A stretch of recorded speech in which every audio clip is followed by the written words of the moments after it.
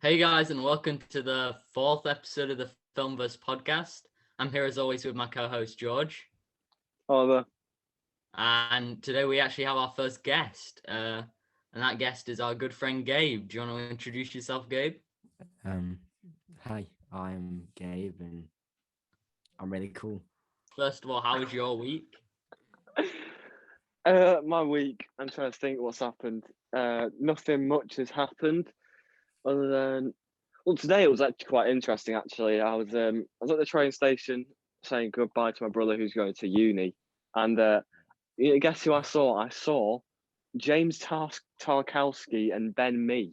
You And won't know who they are, Jules. They're, No, they're are football. I only don't. football players. They're footballers for Burnley. I Oh, just found it quite cool. I saw. I couldn't tell who it was, but there was a lot of the Burnley squad also just waiting at the train station. But it was quite cool. Tarkowski Mm. gave me a thumbs up. oh, So nice. it's made my day. But yeah. What about you guys? Gabe. Yeah, my week's been fine. Trying to think, and has anything interesting happened this week? Probably not. Just Yeah, been just Watching lockdown, watching out. innit? games every evening. Yeah, just lockdown, innit? We can't really do too much. So, Yeah. and Jules. Yeah, I haven't really been up to much either. Went on a nice walk today. We've had we've had a nice sunny week, and as soon as we decide to go out and have a walk, the grey clouds just come out, Oh, and no. it just becomes really miserable all of a sudden. But we still enjoyed our walk. Took Yeah, we recently got a dog, obviously, called Pip. yeah. He's a little Yorkshire Terrier, and he's now, because he's really small, he's trying to act like really tough, Oh dear. and now just like every time we see like a dog that's somewhat bigger than him, he'll like, so what he did today was a big dog came up to him to sniff him, and he acted really nice, and as soon as the dog got really near, he like kind of tricked it and just started jumping at it and barking at it. So he thinks he's some kind of apex predator. um he's just really small. Yeah, with with Ruby, we've had a couple funny stories with her. She's a gun dog, so she's a cocker spaniel, which is a gun dog. So so instinctively she always tries to run after birds. Uh, so but there was this one time where there was a bin bag on the floor which she thought was a bird. Oh no. And she was like creeping up behind it, and it just showed that if the situation actually came, she would never actually do something to the bird, because she Yeah. just like she's creeping up behind it, and then she ran to it and then just ran past it all scared. But Yeah, we yeah. we can't keep Pip like in a room with an open door, because every time we leave the door open, he'll just dart upstairs and hide under my bed. And when you try and get him from out of the bed, he just snaps at you, and you have to kind of leave like a trail of treats for him, and he'll follow the trail and get out of the bed. It's he's hard work. Oh, Pip, cute dog. Barney's the opposite. He just opens closed doors. He just gives it a kick and runs off. Yeah, Barney's pretty sensible. Barney's cool. Wait, do you I have like a Well, big Barney. dog? Yeah, he's sensible's the wrong word to use. All right, I guess so. I don't know. He's got like multiple attitudes.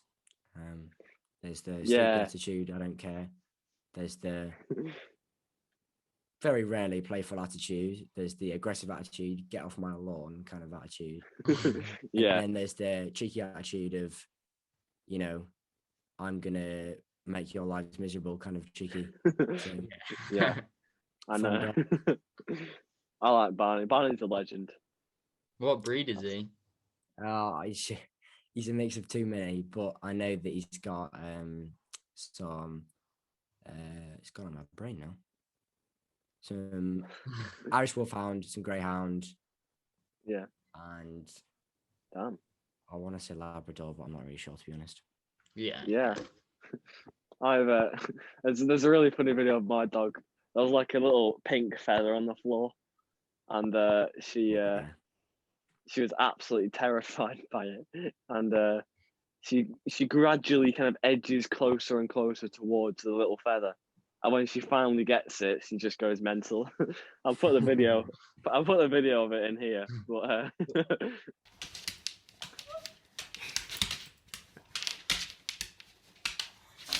Oh no!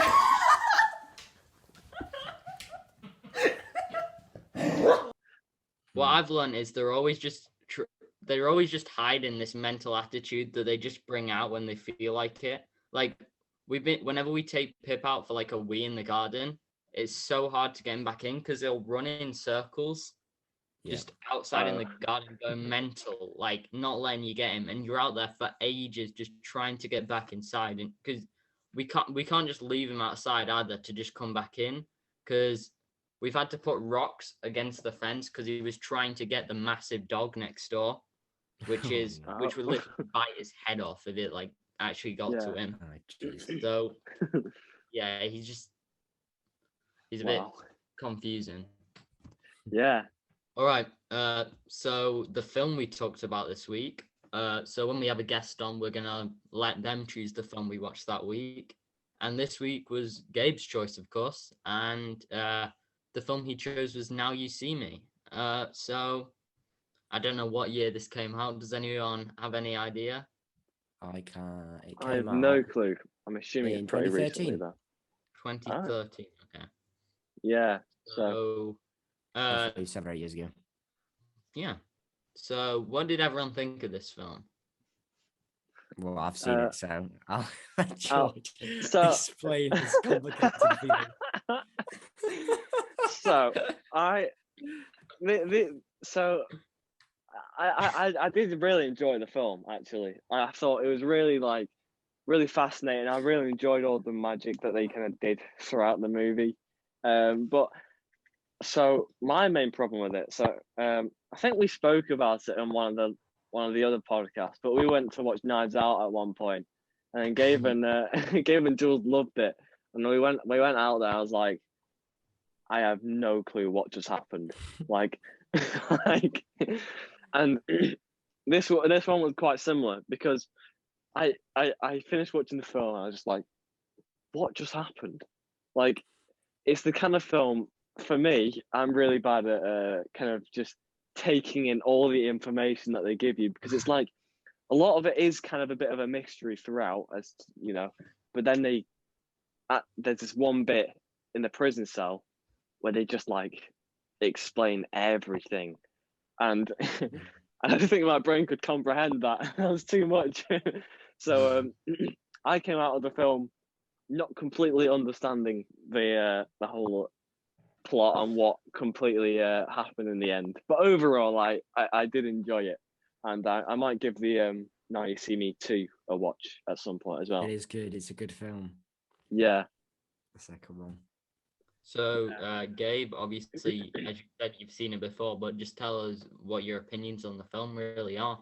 Yeah, I love it. It's a great film. I'm all about the mystery, the kind of unsure nature of the film, the whole kind of, they've got this kind of plan that's been set out for them and they have to do it. And, especially magic, it's kind of, how did they do it? And obviously this film, amongst not very many other films that I've seen, I don't even think I've seen any, to be honest, the films that they explain how they did it.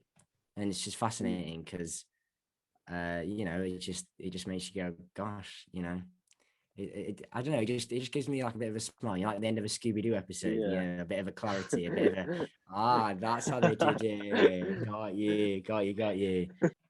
What about you, Jules? Can I be a bit of a buzzkill? Oh no. I didn't hate it. I just didn't love it as much as you guys did. I'm ashamed.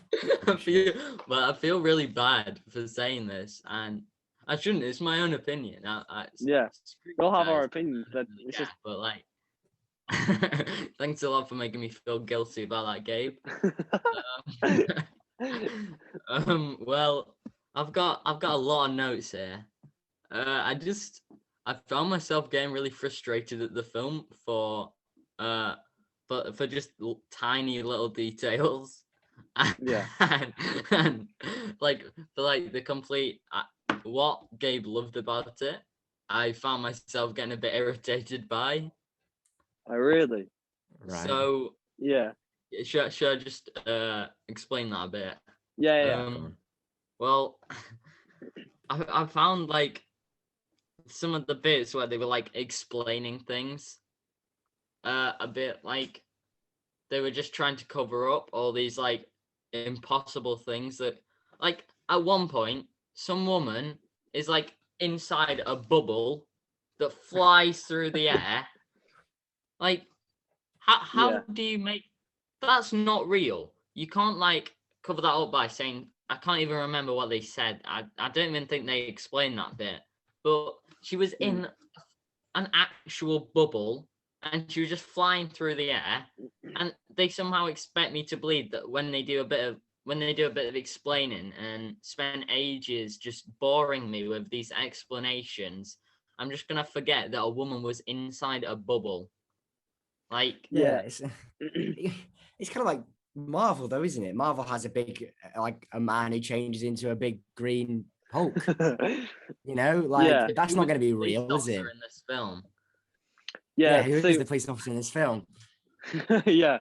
So yeah, in a way I agree with you, Jules. I think I couldn't quite tell if it was almost a fantasy world or if it was the real world, because through a lot of the movie it seemed like it was the real world, but then stuff like that when she was just like flying around in a bubble, it makes it seem like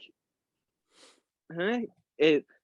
So I think, I feel like they were trying to make it like the real world, but then the magic they were doing just couldn't make it, didn't quite work.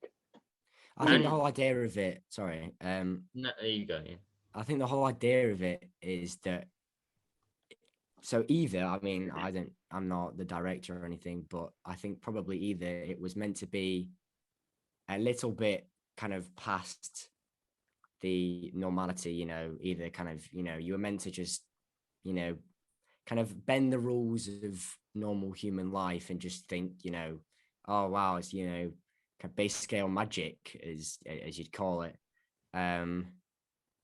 Or they could be referring to something, maybe slightly more futuristic or kind of, future magic, I don't know, tricks or supplies, I guess. Yeah, I mean, well, at the end of the day, the stuff that they were doing, it's a film. Like, it is a film. And the stuff that they were doing, most of it still couldn't have been done in real life. Like, they seemed a bit unsure about what they were trying to do, because usually films like that, they have a bit of explanation, but I'd say about half of this film was just trying to explain what was happening rather than going with the flow of the film and going with all these tricks. Because honestly, like, some of the bits, when it's just like Mark Ruffalo, the police officer, or the Hulk, as we've said, and that French woman, I did really enjoy the bits with the magicians, but sometimes I also felt, as well as I've said, with it being a bit confused about what it's trying to do, like some of the bits with the police officer and that French police officer felt a bit boring and kind of took you out of the magic element that they were going for. Yeah, I get what you mean. Yeah, and did you guys think that there would end up being a romance between the two of them? Yeah. From the start. I knew. I don't know whether it's, in some ways it could genuinely have been intentional that there was meant to be this whole romance, but a bit of a spoiler alert, but well, I will add a spoiler thing at the start. I mean, the whole of this thing is a spoiler alert, really, isn't it? So just generally that in some ways it could have been that Mark is trying to direct her away from the Mhm. investigation, because if they're too hot on the magician's tails, then they will genuinely get captured, because obviously, as we know, Mark is part of this group, but nobody knows it right until the end. And so yeah, I just think in some ways the whole plot is that until right at the end you don't know that he was meant to be leading her away. Yeah. You know, I actually knew he was gonna be part of it, because before I watched it, I must have accidentally clicked on Now You See Me Too, and I got about halfway through Now You See No, like half an hour into Now You See Me Too, Jeez. and I don't know how I did it, because I must have just not been paying attention. Because I got about halfway through the second one when I realized that I wasn't You're watching the wrong wasn't one. watching the first one. So I had so much spoiled to me. Oh, Like jeez. Mark Ruffalo is literally just like one of them in the second one from the start. Yeah, So yeah. I was I was so confused on why, like, it seemed like they'd already had so much character development, and why we were just all of a sudden just introduced to these people. Like, we knew what was going on without any explanation. Yeah. And then and then I looked at the title on Netflix when I went to pause it for a second. So Oh, jeez. that That was must be soul destroying. Yeah.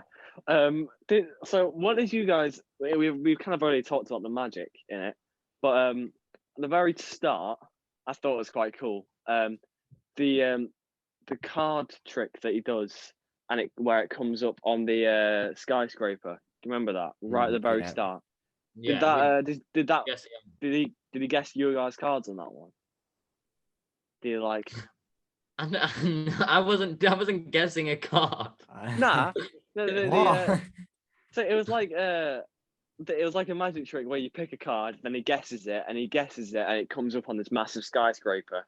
And I just decided, all right, I'll pick a card. I'll choose a card. And he actually got And it right. He picked my card. There is a 1 in 52 chance Yeah, that happens. What? pretty incredible. But That's ridiculous. This really is magic. Yeah. I know, exactly. Some of the effects in it were actually quite cool. Like, I felt like the CGI in it. A lot of these films do fail with CGI. Yeah. And just things like that. But the effects in this I actually thought they were really good. Yeah, No, they did do a good job on that, definitely. And yeah, so Wait, you guys I also have another nitpick quickly. go on. Gosh. You can do all the nitpicks that you have. Just do them all. Right. Don't hold back. So you know when they say that they've got that French guy and they put him in the vault. Yeah. So he wasn't planned. They actually did like brainwash this guy, or supposedly brainwash the guy. Couldn't they have just hired someone to pretend? They could, but in some ways, I guess that's the element of the magic, really, isn't it? The whole fact that, I guess, yeah, because they're using their not powers, but their magic abilities, or whatever you want to call it, to transform this guy to make him really vulnerable. But in some ways, that adds to the magic of it, because, I mean, yeah, they could have hired somebody, but I don't know. In some ways, I feel like it would have been ruined, and especially if they were found out that they'd hired somebody, that would have just been. Yeah, I know what you mean. That'd just been so boring. Yeah. Okay. I also found this one line that Morgan Freeman said really funny. Which one? So I know, no, it was. I think it was Michael Caine that said it. Oh, I can't. No, it was Morgan Freeman that said it, and then and then Michael Caine gave a really funny response. So Morgan Freeman said, "Would you like the Four Horsemen crispy or fried?" And then Michael Caine responded with shredded.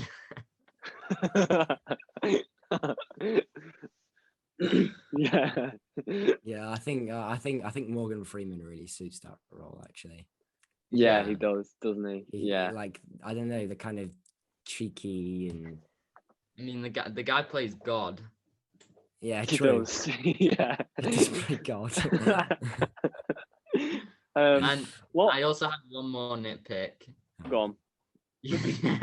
I'm really sorry, Gabe.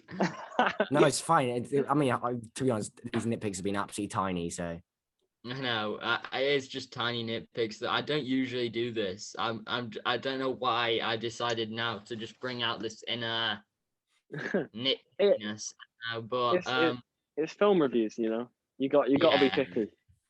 I guess. So when they were like, when they had like all those introduction bits. So like George said the bit where the card appeared on the tower. yeah. When that woman was in the piranha tank. So yeah. the piranha tank bit, where have you come from? She's just all of a sudden out of the piranha tank. That's not even my nitpick. So there's a Woody Harrelson one. I don't know how he was doing all that hypnotism, and that's not even my nitpick. The fourth one is I can't remember the actor's name. He's James Franco's brother. That's all I'm gonna say. But the fourth guy that isn't the Jesse Eisenberg, that isn't Mark Zuckerberg, Woody Harrelson or the woman. Yeah, Jack Wilder. Yeah. So he like robbed this guy, and the guy says, "Stop the guy in the yellow jacket," and he's running past all these people. And no one even makes an attempt to stop him. Like that just shows. Like, what is this? I know, but that's just film writing, isn't it? They do that. Yeah. They do it like Indiana Jones and stuff, don't they? Like, get him, and then he runs off, and nobody makes an attempt to tackle him. Someone could have attempted to help. Yeah, but it's like if some guy, I mean, I know that he didn't have any weapons or anything, but imagine like some guy had a knife was running on the street and somebody went get him. I'm not going to tackle him, am I? Yeah, you could. You could have a moment. I could, and then I'd die from getting stabbed in the chest. Just trip him over as he's running or something. I don't know.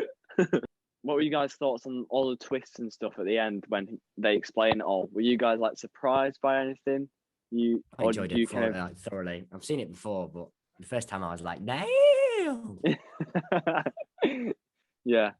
I did enjoy the twist. It was just a bit annoying that I already knew the police officer was gonna turn good. I think that ruined a lot of the film for me, just accidentally seeing half an hour of Now You See Me Too. Can someone explain to me what was going on with that carousel at the end? So to be honest, I don't even have a clue with that one. I know that it's something to do with like the eye. Yeah, I know that obviously they've like Mark's supposed to have been their leader, I guess, conducting them through the guy who like hired them. Yeah, and then they like celebrate on the carousel. Maybe they're just having a nice break from all the magic and just decide to have a nice carousel ride. Maybe, maybe. This will be. I promise this will be our last question on the storyline because everyone watching this is probably like, for goodness sake, this guy.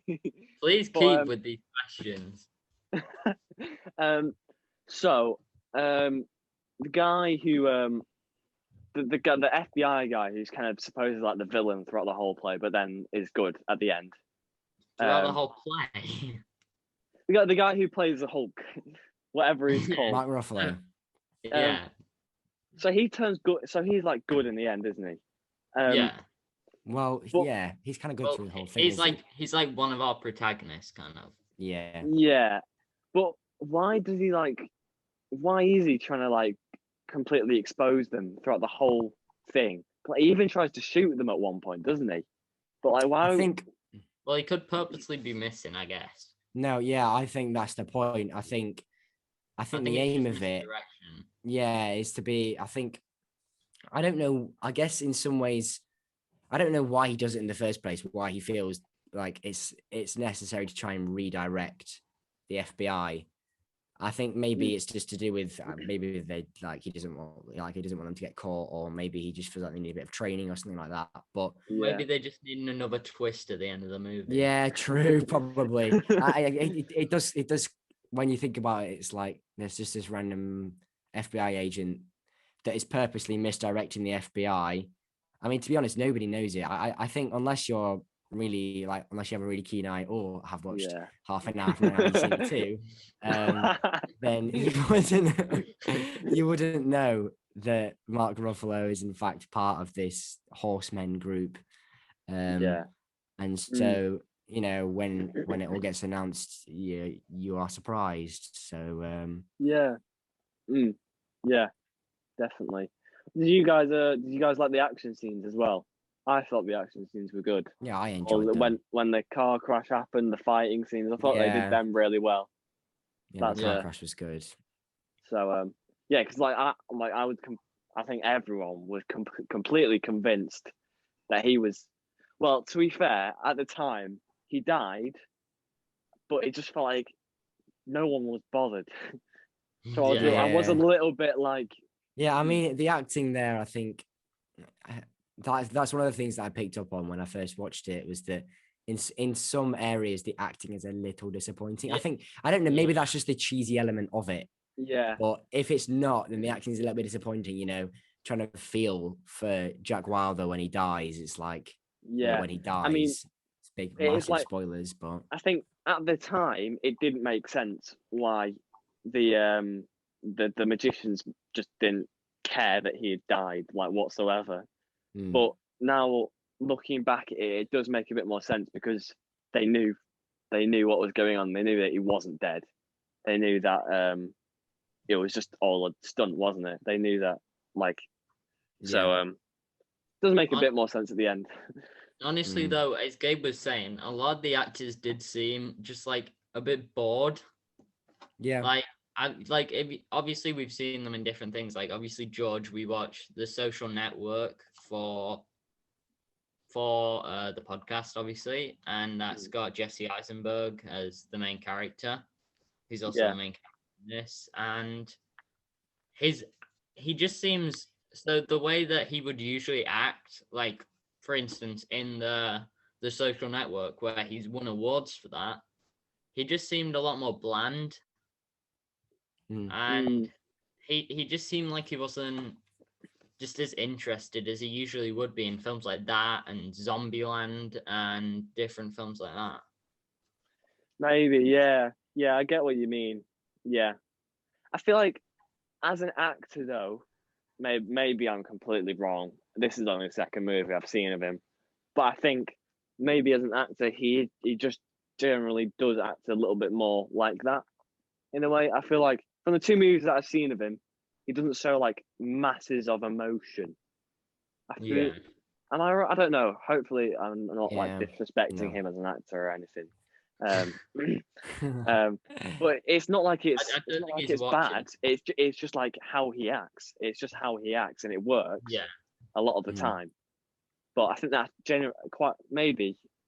I'm probably wrong, but from what I've seen, no one had that many lines in it either. Like, what I've noticed after watching it is that even the main characters hardly like had big scenes where they had to show off emotion or anything like that. So yeah, it just didn't seem like the characters had that much stakes, like, besides getting arrested, which they easily escaped.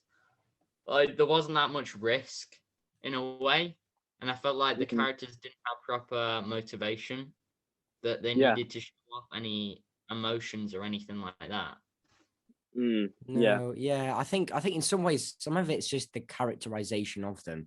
Obviously, going back to the Jesse Eisenberg comment, I think the whole Daniel Atlas, the guy he plays, Daniel, like the whole character of him, is, I think he seems a little I don't know, subdued. I think that's just perhaps maybe kind of the person Daniel Atlas is he's a bit more subdued, you know, what likes to work solo, likes to kind of, you know, be himself.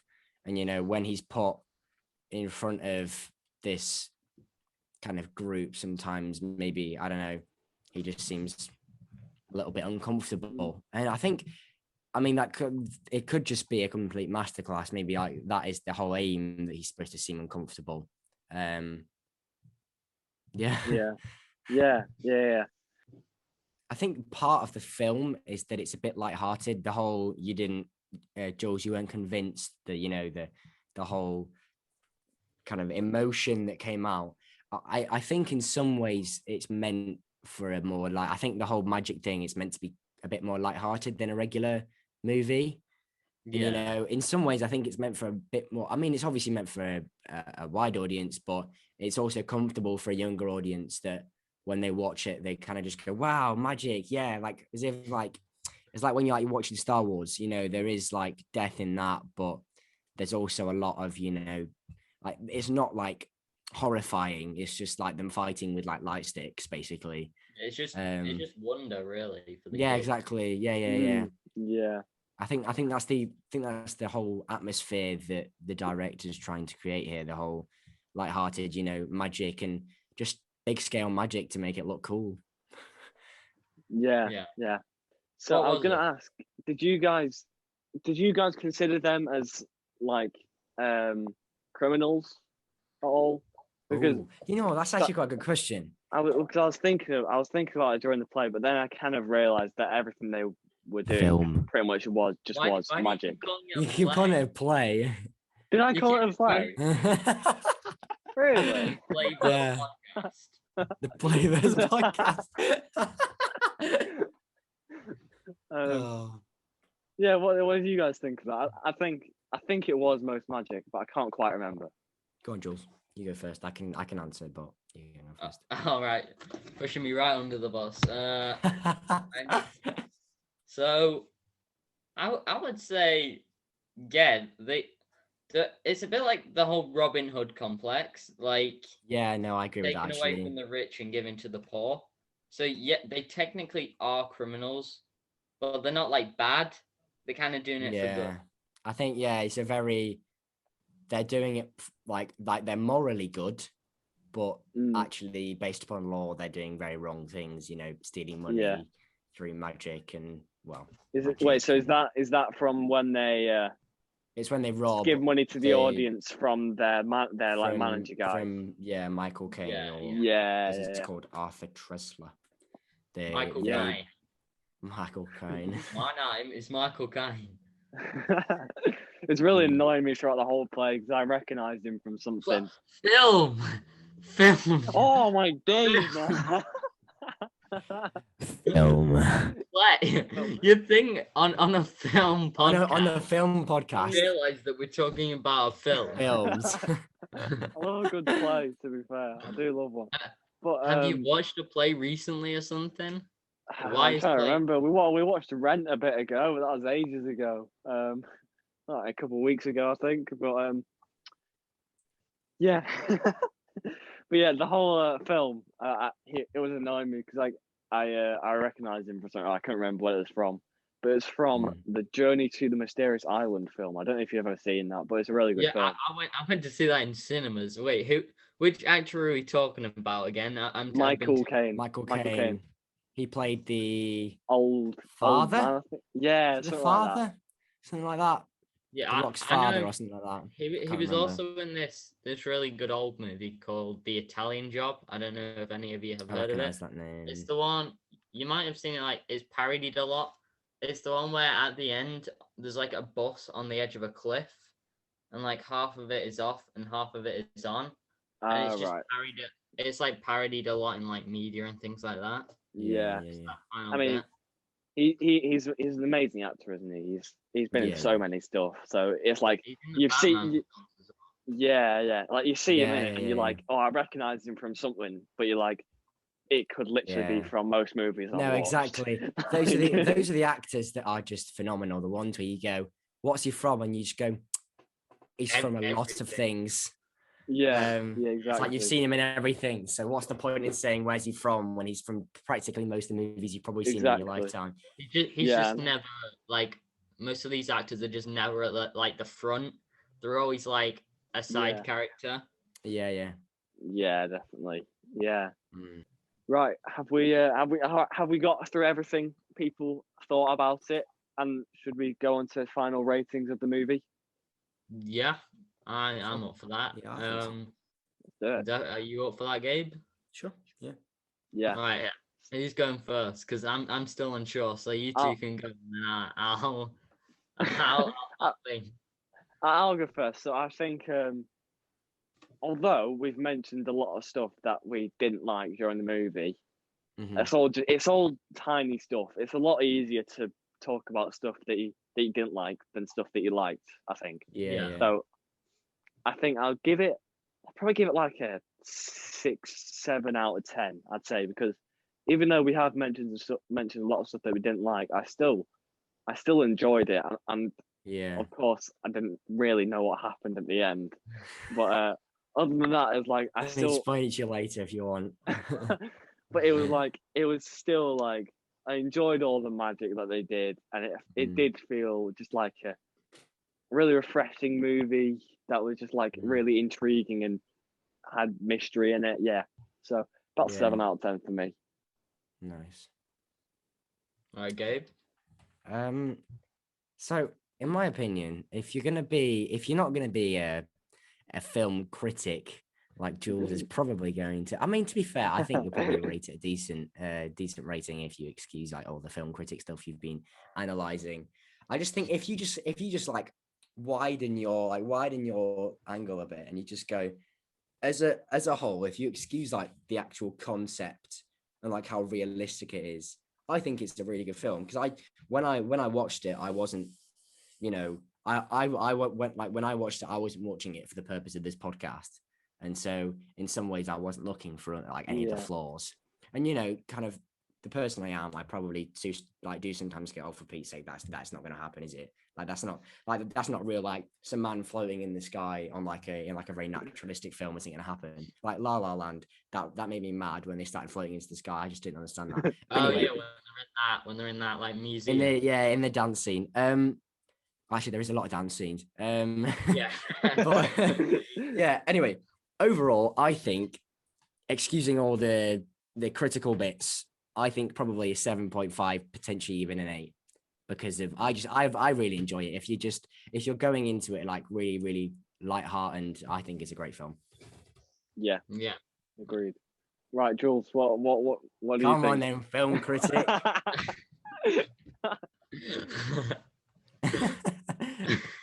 I'm ready. It's fine. I do not care about your opinion at all. No, I'm not just gonna go take a massive dump on your film or anything. No, that's not what I'm trying to do. No, it's fine. What to be honest, I like about this film is that I can imagine it being one of those like franchises that just keeps going, and like you're not watching it for like the value, as you've said, of like being completely understanding of the film and just like having to get everything. Just like it's kind of like the Fast and Furious franchise. I can see it kind of being a bit like that, like just the kind of things that people don't think are complete masterpieces, but you can just sit back and relax to, and just I fully agree with that. And I can imagine there being, I mean, Now You See Me 2 came out in 2016. I can imagine they're probably making a third one. I'm gonna quickly fact check that. Yeah, there is when I finished watching it, I rewatched Now You See Me 2 the other day. I fact checked on Now You See Me 3. It's hilarious. There's somebody online who's made an official Now You See Me. Not an official trailer. From it's from the YouTube account Official Count. It was made in 2020 on the 16th of October, and it's meant to be an official teaser trailer, but actually it's just snippets from the past two films as a whole. However, I can shed light. There is meant to be a Now You See Me 3. And Now You See Me 3 is rumored to be starring Benedict Cumberbatch as well. Oh, you gotta love him. You gotta love him. Gotta love Benedict. It just feels like one of those comfort movie franchises that I would like to see more of, to be fair. Like, I probably will end up watching Now You See Me 2 because it was just an enjoyable time. Like, I didn't hate it. I just found those problems with it that kind of took me out of it. But if I wasn't watching it for the podcast, I think it would just be a nice watch, to be fair. But if I was to give it a rating from how I viewed it today, I'd say maybe a 5. Yeah, That's fair. That's a fair. bit Yeah, yeah, yeah. pessimistic, but you know what? I'll let you off that one. It's only one because I said 6 or 7, so it's only one below mine, to be fair. So yeah. Yeah, and a bit of a nice kind of thing to look forward to, Jules. Daniel Radcliffe stars in the second one. Don't know whether you've met him through your half an hour, but Daniel Radcliffe stars in the second Now You See Me. Can't remember. And Yeah, he plays a much more opposite character than the Harry Potter as he's been known for. yeah. You can still from the moment you listen to him, you're like, oh my gosh, that is such a Harry Potter voice. Like it's very very British. I feel like you've always reminded me of Daniel Radcliffe, Gabe. I feel like you have Me? quite a similar voice. You look you a know bit what? like your face You know what looks- makes me angry? The fact that you're not the first person who said that. You're about the 15th person who said Really? that, and it makes me happy. You know, oh, it's great that I'm being compared to I'd a love to really be like famous Daniel Radcliffe. and like good actor, but it really does annoy me. I'm like, no, I don't see the comparison at all. Have you ever been told you look like someone, George? I'm trying to think. Somebody really I good used- looking. I used to get told I looked like Niall from One Direction. Hack the dog actually said I looked like Niall on CBBC Hacker once. Hacker Dog himself. Yeah, because When did you I meet submitted him?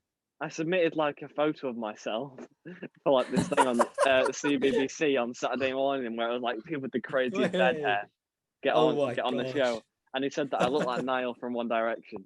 But is Niall the one with the blonde hair? The Irish one? Yeah. I think so. Yeah. I Well, don't know if I've One been Direction. compared to anyone before. Would you say I look like anyone? I'm trying to think. I think I have a very unique face. I think you do as well, to be fair. Oh no, I know what I've been told I look like. Excuse my hair. I got told at school that, well, at my new school in Scotland. Oh my god, look at this! I'm gonna put the hat.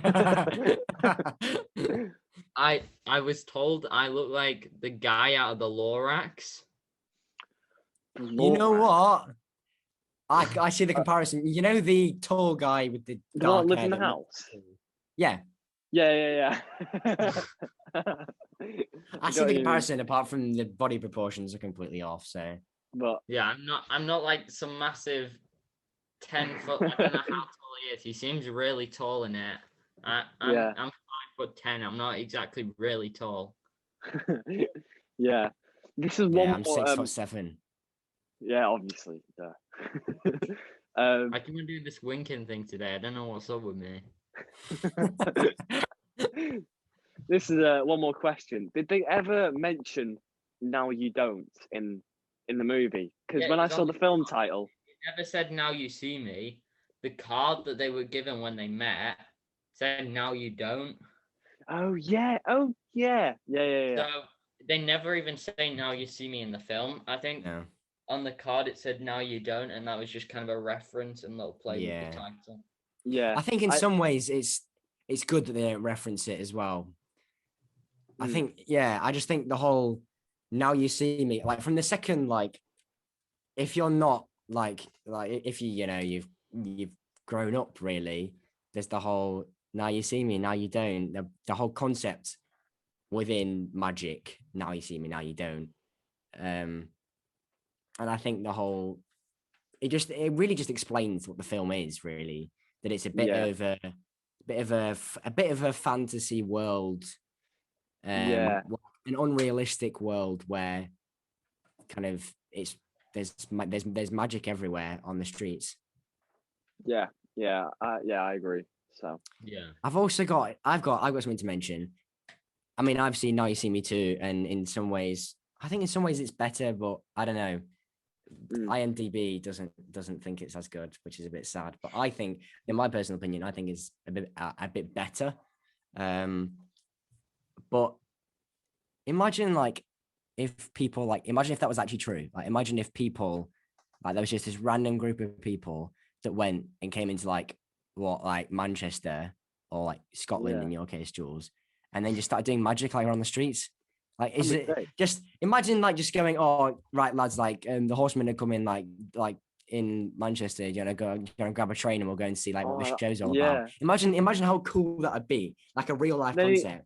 Yeah, I And know. like getting Yeah. your phones out and then be like, oh my gosh, it's Daniel Atlas, no way. Yeah, that would be cool. That On would be about cool. I just think get- it'll be really I get cool. what you mean. Like Yeah. it's like like people's obsession with One Direction, but not for singing and good looking reasons, for Yeah. like actual, in my opinion, actually I shouldn't say that, intelligent reasons. What? Who said that? But yeah. I get what you mean, Gabe. It would be pretty cool. But yeah, is that everything? I think so. I think so. Yeah. So I guess that's it. Thanks for watching, guys. This has been the fourth episode of the Filmverse podcast. Hopefully, a lot more to come. Hopefully, we'll have Gabe on again because it's been really fun, Glad to be Gabe. back. So yeah, thanks for joining us, Gabe. Thanks for having me. Yeah, it's goodbye from me. Goodbye from George. And me. See you later, guys. What? That was- What? I said What? goodbye. Goodbye from George and me. Yeah. Oh, what? Thank I you. didn't hear that, and George. I just heard the good and goodbye from. This is going to be the most Right. scoffed ending the world's ever seen. Oh gosh. Should we Right. retake that? Yeah, No, we right, can keep yeah. this. Oh, okay. I don't know. What do you think? No, we'll just keep it. We'll just keep it. All All right. right. All right.